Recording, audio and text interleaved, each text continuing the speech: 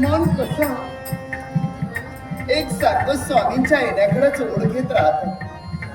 मन अस्थिर होत, कारण अरण्याच्या ठिकाणी गेले. जात्यावेळी त्यांच्या मुखातून निघणारे शब्द आजही मला आठवत आहेत. क्षत्रियाचं कर्तव्य आहे शिकार साध्य करावे. शिकार साध्य केल्यानंतर पहिली पावलं पडतील ती तुझ्या सदनात. पण बराच वेळ निघून गेला. बराच आतुरतेनं मी महालाच्या द्वारावर जाऊन वाट पाहत राहते. एक क्षण सुद्धा त्यांच्याशिवाय नाही माझं मन करू. पण देवा, या संसारात पदार्पण केल्या क्षणापासून आज मावेतो. सारी सुख माझ्या चरणाशी लोटांगण घेत आहेत. कोणत्याही गोष्टीची उणीव मला भासत नाही. भगवंता, स्त्री जन्माचं सार्थक केव्हा होतं? ज्यावेळी मातृत्व प्रधान होतं त्याचवेळी स्त्री जन्माचं सार्थक होतं. मन फक्त एकाच गोष्टीनं चंचल होत राहत. जोपर्यंत स्वामी आमच्या सदनापर्यंत येत नाही तोपर्यंत आमच्या मनाचं समाधान नाही. आणि म्हणून आतुरतेनं वाट पाहते. महान सद्गुणाचं कर्तव्य केलंय. आमच्या मनाची तळमळ त्यांच्यापर्यंत जाऊन कोण सांगणार आहे? याच गोष्टीचा मी एकसारखी विचार करत राहते. आमच्या मनाची तळमळ त्याच्यापर्यंत जाऊन कुणीतरी सांगावी आणि लगबगीने आमच्या सदनापर्यंत यावं. या माधवीच्या मनात एकच लागून राहते. माधवी चरणाशी लीन होण्यासाठी उत्सुक झाली. तीच चरणाची चरण सेवा म्हणजे माधवीच्या जीवनाचं सर्वस्व आहे. पण असं असताना अद्याप यांचं आगमन नाही. येतील, आत्मविश्वास आहे, लवकरात लवकर येतील. पण या संसाराचा डोला भगवंता, तुझ्या आशीर्वादाच्या योगे करून असंच वदनानं बहरत राहतो. या संसाराचा डोला असंच बहरत राहावा. हे सुख असंच भरत राहावं. असंच राहावं. असंच राहावं. सुख भरणी सांडते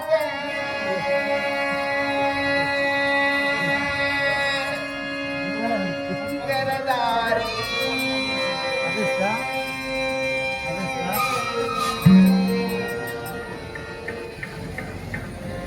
सुख भरणी सांडते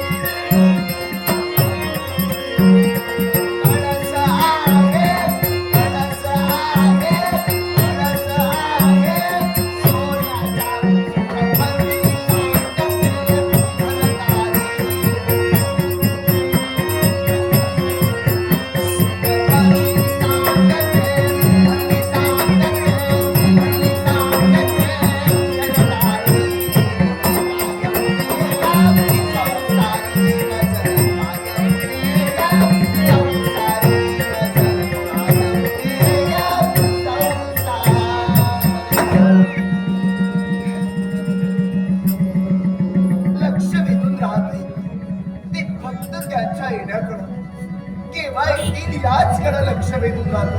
पण माझा आत्मविश्वास लवकरात लवकर येईल.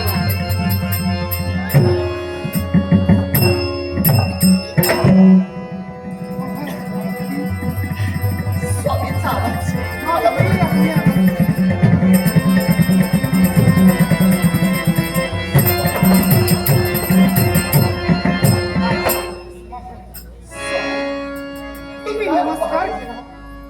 तुम्ही नमस्काराला पात्र आहात, पण नित्य नियमाला आपल्याला दिला जाणारा आशीर्वाद पुढे मंडित सौभाग्यवती भवा. अगदी या आशीर्वादाला पात्र आहात की नाही मला नाही कळते. स्वामी तुम्ही असं का बोलता?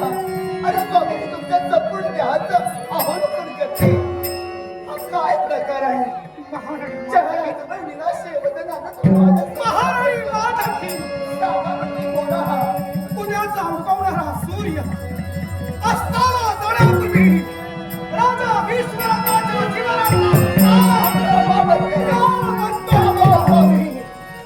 स्वामी हे अभद्र शब्द नका वापरू. त्या शब्दाला माझ्या हृदयाचे चित्र विचित्र दिसत आहे. एक आहे की हे शब्द तुमच्या मुखातून आज का बाहेर पडणार? महाराणी सत्य हे आम्ही कुठं तुमच्या कर्तव्यासाठी सेवेसाठी चुकलो की काय? पण मला हे शब्द तुम्ही बोलत आहात त्यापेक्षाही प्रकार फार वेगळा आहे. असा कोणता मला जाणून घ्यायचा आहे. शिकारीसाठी खनगावर कांतारी आमचं चालत हो. 4-5 दिवस मागे वाटले शिकार साध्य होईना म्हणून आम्ही सैरावैरा फिरकत होतो. अगदी अखेर आमच्या सैन्याकडे असणारा भोजनाचा साठा शिवाय पाण्याचा संचय संपला. तेव्हा समोर आश्रम दिसला. तो आश्रम होता वशिष्ठ तपोनिधींचा. मग तिथे त्यांना आम्ही विनंती केली. त्यांनी आम्हा सर्वांची भोजनाची व्यवस्था केली. फार बरं झालं. पण महाराणी एक आश्रमाच्या ठिकाणी एक ऋषी सहस्र जणांना भोजन एका क्षणात देऊ शकतो. हो हे कुतूहल निर्माण झालं. का होऊ नये?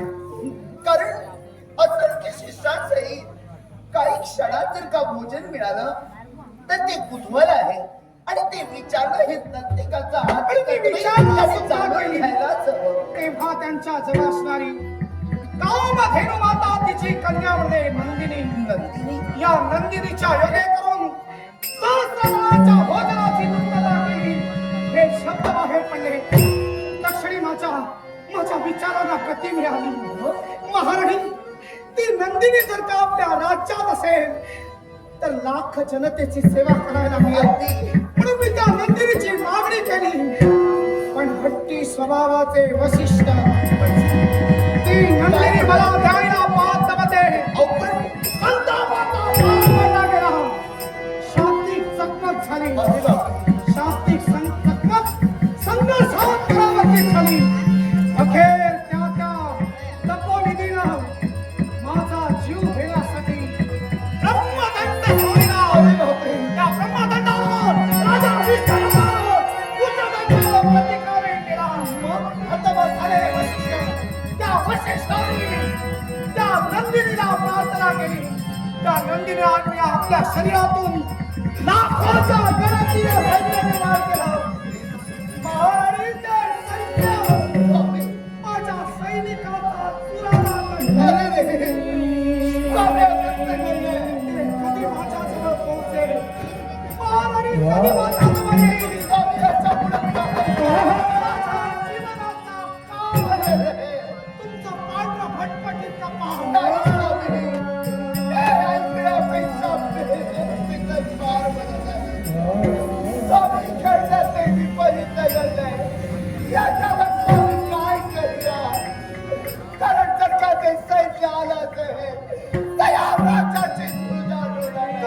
तुमच्या नगर स्मशान वाडा होणार. स्मशान वाडा होणार. संपलं सहारं जीवन. संपलं सहारं जीवन. ते जर का सैन्य या राज्यात आक्रमण केलं असेल तर या राज्यातील संपलं सहारं.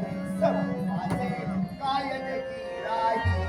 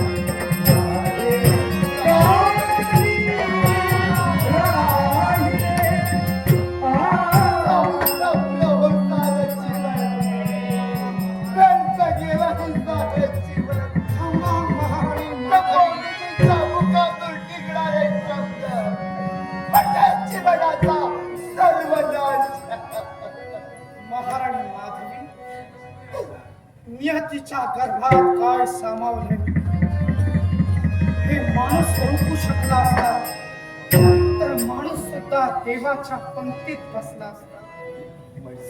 जर का दैव दुर्विलासानं मी मेलो तरी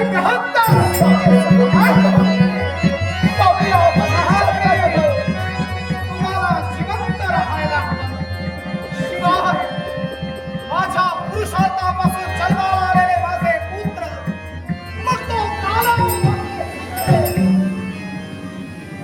यांना वाचविणं गरजेचं आहे.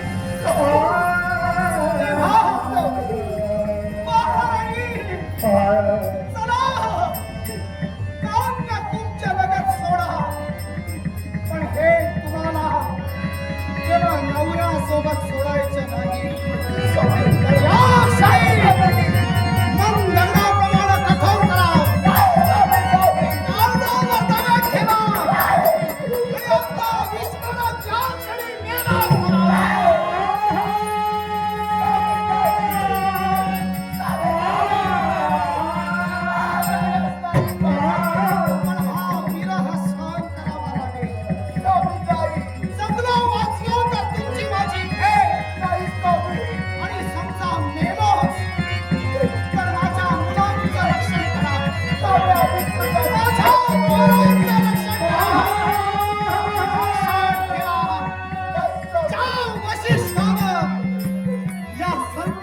शेपटीवर पाय ठेवलाय.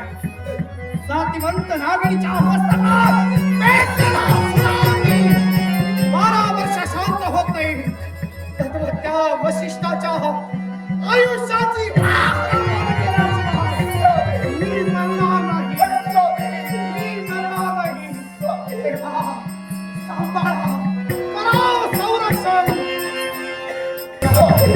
माझ्या मुलांचं रक्षण करा.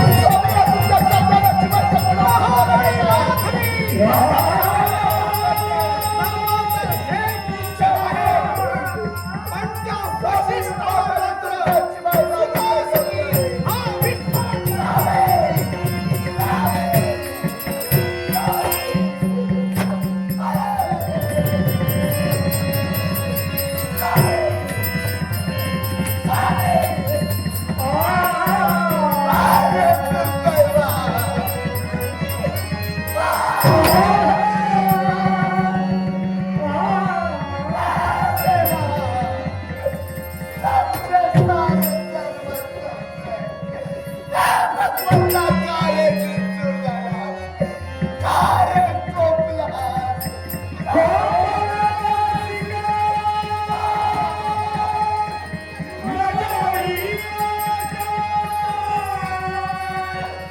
राधा